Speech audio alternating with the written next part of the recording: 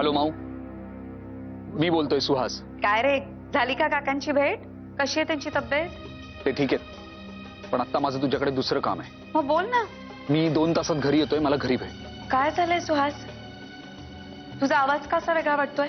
मी आता फोनवर काहीही सांगू शकणार नाही माऊ. मी तुला सांगितलं ना घरी भेट, तेव्हा बोलू. सुहास, अरे चल बाय. बरं, तू ये, आल्यावर बोलू आपण. हा सर.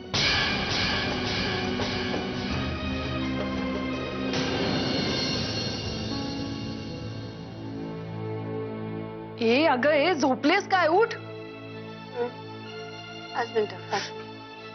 नेत्रा, उठ ना.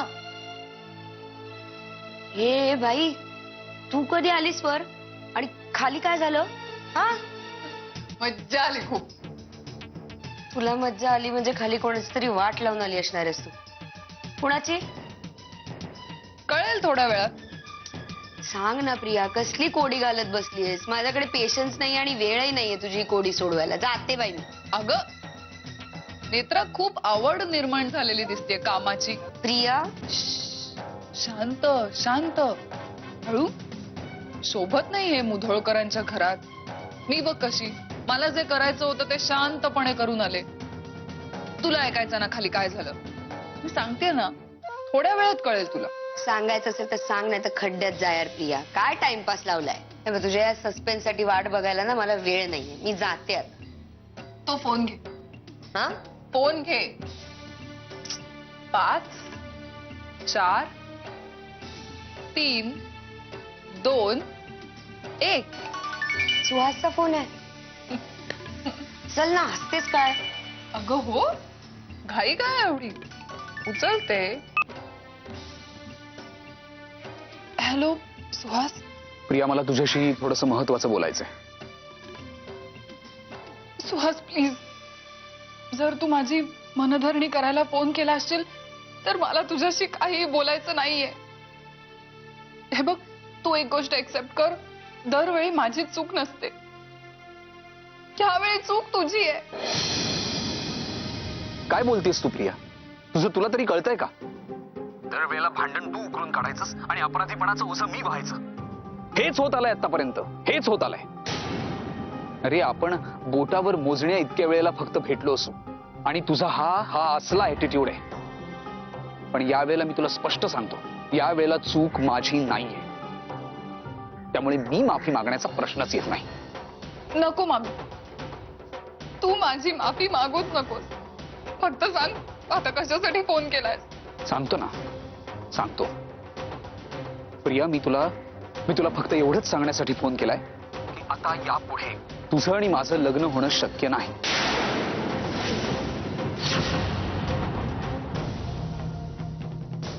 सुहास, तुझ्यासारखं टेम्परामेंट असलेल्या मुलीसोबत मी संसार नाही करू शकत. तुझं हे असलं वागणं आहे ना, त्याच्यामुळे मला नाही वाटत की we can get along for a long time. त्यामुळे प्रिया, हे इथेच थांबलेलं बरं आहे. सुहास. आणि एक मिनिट, मला माहिती आहे माझा हा निर्णय मी खूप तडकाफडकी घेतलाय, पण कदाचित हाच निर्णय योग्य आहे. सुहास प्लीज. सुहास.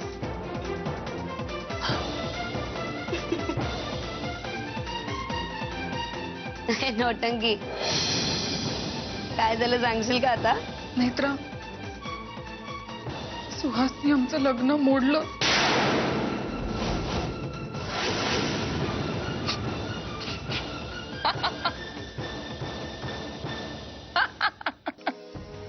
ये, लग्न मोडलंय ना तुझं, हसते काय?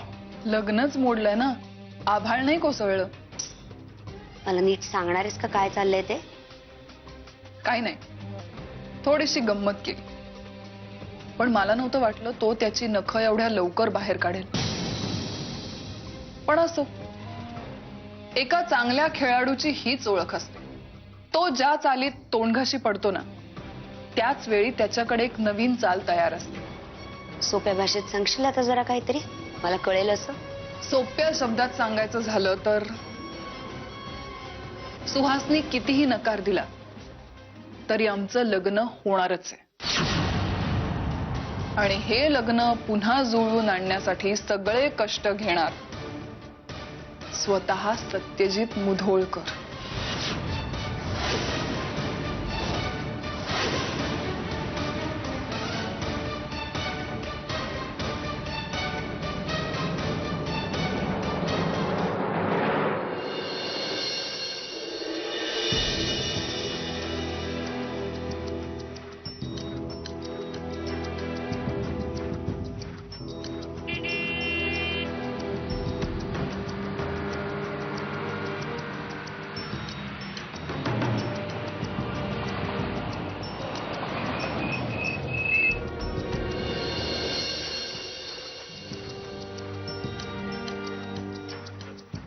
कुठे निघालीस?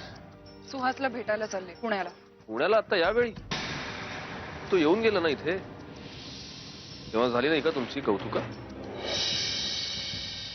मला ना तुझ्याशी आता वाद घालायला वेळही नाही आणि इच्छाही नाही. मला जाऊ दे. काही प्रॉब्लेम नाही ना प्रिया? तुला सांगून तू तो प्रॉब्लेम सॉल्व्ह करणार आहेस का? नाही ना. मग कशाला विचारतोयस? माझे प्रॉब्लेम्स मला सॉल्व्ह करू दे. आणि आता सुहासला भेटायला मी कधी जावं की नाही जावं हे सगळं सुद्धा तूच ठरवणार आहेस. मला तोही हक्क नाहीये.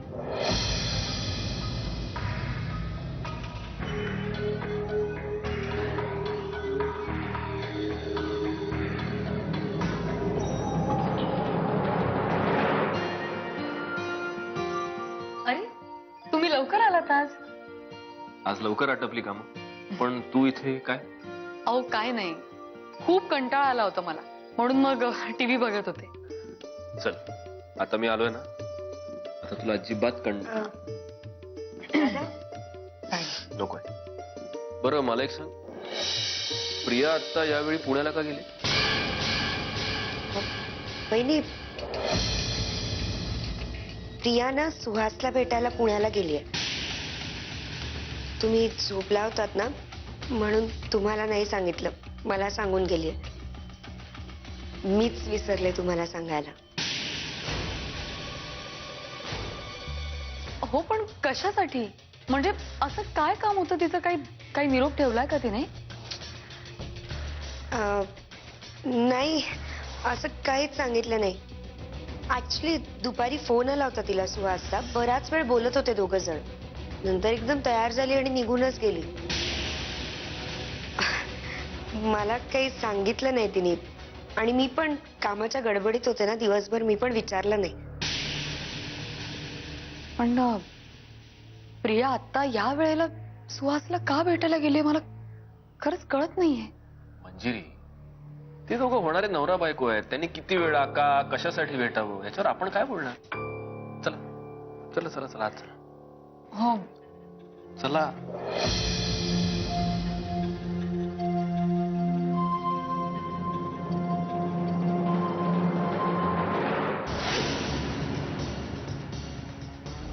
मला बोलण्याची संधी देशील? कारण तयारच असतील तुझ्याकडे. प्रिया, मी कराडला गेलो होतो कारण माझ्या काकांची प्रकृती अस्थिर होती. मग तू त्यांना भेटायला गेल्यावर त्यांची प्रकृती एकदम स्थिर झाली का? माझा ना तुझ्यावर अजिबात विश्वास नाही. तुझ्या बरोबर गिरिजा होती का आणखी कोणी? कोल्हापूरभर फिरला असेल तिच्या बरोबर आणि मग भीती वाटली असेल की हे सगळं जर प्रियाला कळलं तर, म्हणून आपलं तोंड देखलं, मुखदर्शन द्यायला आलास इकडे. आणि हे कराड बिराड सुद्धा सगळं एक नाटक आहे. तू इथे कोल्हापुरात मला भेटायला आला नव्हताच.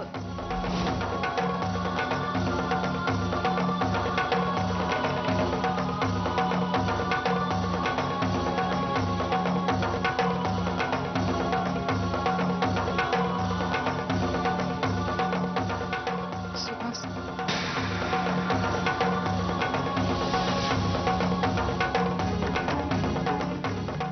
प्रिया, तू?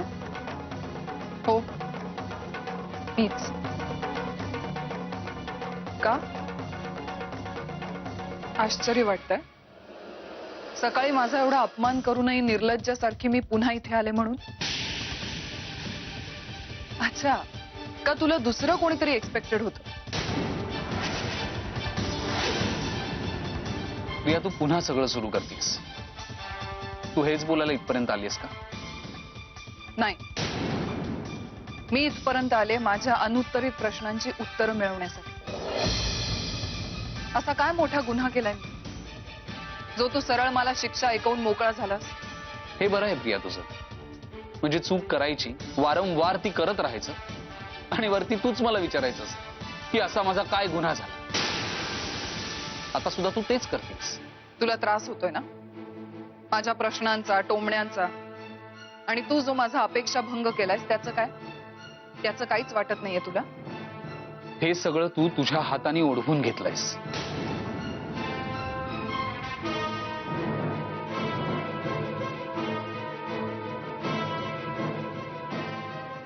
प्रिया तुझं ऐकून मला तुझ्याशी वाद घालायची अजिबात इच्छा नाहीये.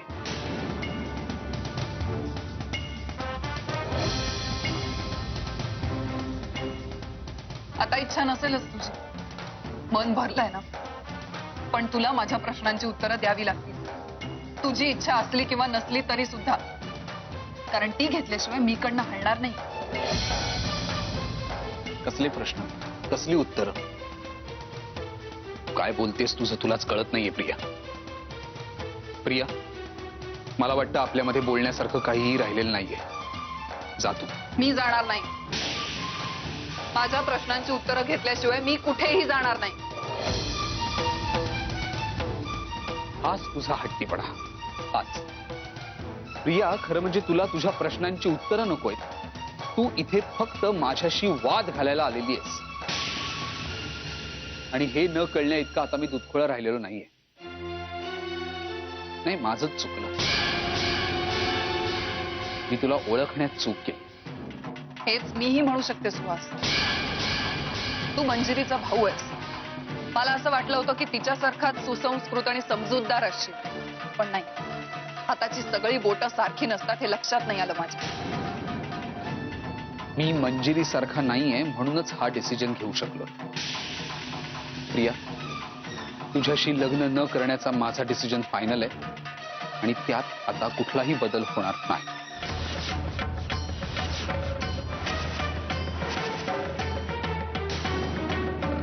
तू जेवढ्या लवकर हे ऍक्सेप्ट करशील तेवढं बरं आहे तुझ्यासाठी.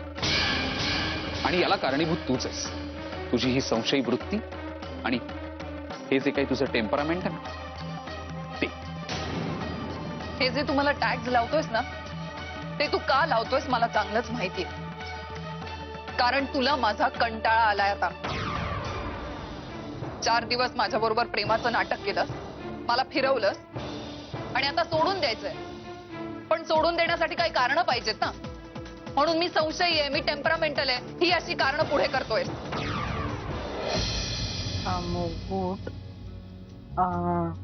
आणि काय आई, कंबर? बोलवलात का मला? अगं हो, बस ना जरा. हा. बरं सासूबाई, मंजिरीच्या काकूंना मी डोहाळ जेवणाच्या कार्यक्रमाची कल्पना दिली होती फोनवर. तर तारीख सांगायची होती ती मी कळवून टाकते. एवढी कामं आहेत ग, मला कळतच नाही आपण कसं काय करतोय. अगं तू काय बी काळजी करू नगेस ग, समजा व्यवस्थित होईल बघ. बरं नेत्रा, वाडीच्या ऑर्डर घेऊन टाक फुलवाल्याला लगेच. म्हणजे ऐन वेळेला गोंधळ नको ग. आणि काय तुझं ते डिझाईन वगैरे सगळं व्यवस्थित बघून सांग. वाडी म्हणजे? अगं वाडी म्हणजे काय असते, समजा फुलांचं बनवायचं असते. ज्याचा कमरपट्टा, गळ्यामध्ये हार, नंतर मुगुट, नंतर काय म्हणतात ते बाजूबंद, चंद्राची कोर, धनुष्यबाण. फुलांचा? हा, हे समजा फुलांचं बनवायचं. हे समजा घालायचं. नाही मस्त दिसतंय बघ. आणि मग फोटो काढायचा. आणते. तुझ्यावर पण वेळ येणार आहे लवकरच. तुम्ही बी जरा आता पाळणा हलवायचं बघा. ते काय म्हणतात ते काय ग, प्लॅनिंग, फेलनिंग ते जरा डोक्यातनं काढून टाका आता. काय सासूबाई काय तुम्ही. बरं, मंजिरीला साडी आणायला पाहिजे हा डोहाळ जेवणाची. हा मी काय म्हणते, हे काम आपण प्रियाकडे देऊ. हा, तिची आवड चांगली आहे बघ. नेत्रा, तू आणि प्रिया जाऊन मंजिरीला साडी घेऊन या ना. छानपैकी आणा साडी. हो. मी काय म्हणते, तुझी आत्ताची कामं झाली आहेत का? तर तुम्ही दोघी लगेच निघालात तरी चालेल. नाही, आता नाही जाता येणार कारण प्रिया घरात नाहीये, पुण्याला गेलीये. पुण्याला? काय? हा म्हणजे सुहासचा फोन आला होता. सॉरी, सुहास रावांचा फोन आला होता. मग तयार होऊन लगेचच निघाली ती. काम असेल काहीतरी. तुला बरं का समजा माहिती असते. मी काय झालं, मी किचन मध्ये काम करत होते ना, तर मला सांगून गेली जाताना. चला आता कामाला लागा. चला चला. हो हा जाते. काय तो? पुन्हा एकदा बरं, वाचून दाखव हा, हे काय बघा. काय ते. आपल्याला पंचपक्वान्न करायची. हा. तू काही म्हण, मी तुला माझं उत्तर दिलेलं आहे. ह्याला जर तू उत्तर देणं म्हणत असशील ना तर यू आर इन्सल्टिंग मी. हे जर असंच वागायचं होतं तर मग का आलास माझ्या आयुष्यात? मी स्वतःचं दुःख सहन करू शकले असते. कसं का होईना रडत खडत पडत धडपडत जुळवून घेत होते. आणि मी नव्हते आले तुझ्याकडे मानाचं आमंत्रण घेऊन. मग तुला काय गरज होती माझ्या आयुष्यात यायची? माझ्या मनात स्वतःचं स्थान निर्माण करून का खेळलास माझ्या भावनांची? मी खेळलो तुझ्या भावनांची? हा? हे बरं आहे, उलटा चोर कोतवाल को डाटे. मी खेळ केला तुझ्या भावनांचा? उलट तू खेळतीयस माझ्या भावनांशी. तुझा हा असला मुडी स्वभाव आजपर्यंत सांभाळत आलो मी. कधी कधी एकदम भडकतेस काय, कधी शांतपणे काय रिॲक्ट करतेस. तुला कधी अचानक प्रेमाने भेटायला यावं तर तुला ते आवडत नाही. सकाळपासून संध्याकाळपर्यंत फोन नाही केला तरीही तू बेचैन नसतेस. हा तुझा असला मुडी स्वभाव मी सांभाळत आलो आणि तू म्हणतेस मी खेळ करतोय तुझ्या भावनांशी. माझ्या मेहनतीने कष्ट घेऊन जीवावर उदार होऊन जी नोकरी मिळवली होती मी, त्यावर केवळ तुझ्यासाठी पाणी सोडलं मी. उद्या तू मला असंही सांगू शकतेस की तीच नोकरी मला परत मिळवून दाखव म्हणून. वा, आजपर्यंत आपल्या रिलेशनशिप मध्ये तू माझ्यासाठी काय काय केलंस याचा हिशोब ठेवलायस ना तू. Very good. प्रत्येक गोष्टीचा चुकीचा अर्थ काढायचा आणि गैरसमज करून घ्यायचा. मी गैरसमज करून घेत नाहीये. हे तू आता माझ्या तोंडावर मला बोललायस. तुझ्यासाठी हे सगळं खूप सोपं आहे ना सुहास? म्हणून तर फोनवर सांगून टाकलंस प्रिया आपला संबंध संपला. तुझ्यासाठी फक्त 2 वाक्य होती ना ती, पण माझ्यासाठी जगण्याचा आधार होता तो. आणि तोच तू माझ्यापासून हिरावून घेतलाय. तुझं काय रे? मी गेले तर दुसऱ्या 50 मुली उभ्या राहतील तुझ्यासाठी आणि तू सुद्धा खुश होऊन उड्या मारशील. पण माझं काय? मी काय करू? तू आता वाटेल ते बोलतेस. उचलली जीभ आणि लावली टाळ्याला. वाटेल ते बोलत नाहीये. मला कळतंय मी काय बोलतेय ते. सुहास, मी तुला प्रश्न विचारले ना की तुला राग येतो, तुला आवडत नाही ते, आणि मग सरळ लग्न मोडण्यापर्यंत जाऊन पोहोचतोस तू. त्या उलट माझ्या चुकीची मला जाणीव करून दे ना. ते तू करणार नाहीस. मग या सगळ्यावर मी काय बोलावं अशी तुझी अपेक्षा आहे? माझी तुझ्याकडनं आता कसलीच अपेक्षा नाहीये प्रिया. हेच मी तुला सकाळी बरोबरीने समजावण्याचा प्रयत्न करत होतो, पण माझं तू ऐकून घेशील तर ना. म्हणजे या सगळ्यात सुद्धा माझीच चूक आहे असं म्हणायचंय का तुला? हो, तुझीच चूक आहे. दरवेळेला नुसतं मोठमोठ्याने बोलायचं, वाद घालायचा, आणि हे सगळं कशासाठी? तर माझ्यातच कुठेतरी कमतरता आहे हे दाखवण्यासाठी. पण मी आता तुझ्या कुठल्याही नाटकाला बळी पडणार नाहीये. अच्छा, म्हणजे मी नाटकं करते, मी खोटं बोलते हे म्हणायचंय तुला? सुहास, जर माझ्यात इतकी खोट आहे तर तू माझ्याशी लग्न करायला का तयार झालास? कारण तेव्हा माझ्या अकलेवर दगड पडले होते. आणि हे तुला आत्ता रिअलाइज होत आहे. सुहास, मी रस्त्यावर पडलेली मुलगी नाहीये. सगळ्यांच्या साक्षीने साखरपुडा झालाय आपला. आमचे घरातले कदाचित ह्या आनंदात आहेत की त्यांची जबाबदारी त्यांनी चांगल्या रीतीने पार पाडली. आणि आता काय करू? काय जाऊन सांगू सत्यजितला, मंजिरीला, मावशीला की माझ्या होणाऱ्या नवऱ्याने मला लाथाडलंय, त्यामुळे प्लीज पुन्हा एकदा मला घरात घ्या, जागा द्या, मला पोसा, लाथाडा, पण मला जेवू घाला. हीच लायकी करून ठेवलीस तू माझी. आता म्हण ना, हीच तुझी खरी लायकी आहे प्रिया. बास प्रिया, बास. खूप झालं. मला आता हे सगळं सहन होत नाहीये. प्रिया, जे काही आहे ते मी तुला फोनवर क्लिअर केलेलं आहे, and that's it. Priya, please try to understand. पुढे जाऊन आणखीन प्रॉब्लेम्स होण्यापेक्षा, आपल्या पदरी दुःख येण्यापेक्षा आपण हे सगळं आत्ताच थांबवलेलं बरं आहे. कारण आपल्या बेसिक्स मध्येच प्रॉब्लेम्स आहेत. छोट्या छोट्या गोष्टींवरनं तू वाद उकरून काढत राहणार, मी तुला बाबा पुता करत समजावत राहणार आणि तू माझ्यावर पदोपदी संशय घेत राहणार. एवढी सगळी ऍडजस्टमेंट कशासाठी? एवढी सगळी इन्सिक्युरिटी असताना आपल्या रिलेशनशिपचा अट्टाहास कशासाठी म्हणतो मी?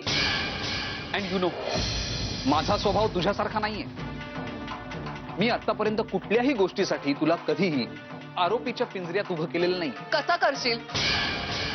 त्यासाठी तुझ्या समोर कारण आणि व्यक्ती पाहिजेत ना. मला नाहीये तुझ्यासारखे 50 मित्र. इथे तुला भेटायला यायच्या आधी मला लपवाछप्पी करावी नाही लागत. मी तुला आधीच सांगितलं होतं सुहास, तुझ्या आधी माझ्या आयुष्यात कधीही कोणी नव्हतं. पण तुझ्या आयुष्यात तर मुलीच मुली. सई खानविलकर काय, गिरिजा प्रधान काय, अजून कोणाला कोणाला कुठे कुठे दडवून ठेवलाय कोणाच ठेवू. सगळ्या गोपिकांचा कृष्ण कन्हैयाच ना तू. प्रिया, आवाज चढवू नकोस. मलाही आवाज चढवता येतो, पण मी माझी सभ्यता सोडणार नाहीये. माझ्या मर्यादा मला माहितीये आणि तुझ्यासारखं नाही वागता येत मला. आतमध्ये एक, जगाला दाखवायला वेगळं. एक सांग मला, सई आणि गिरिजा का आणखीन पण कोणी आहेत? आणि वृंदावन कुठे थाटलंय? इथे पुण्यातच का US मध्ये सुद्धा प्रकरण आहेत?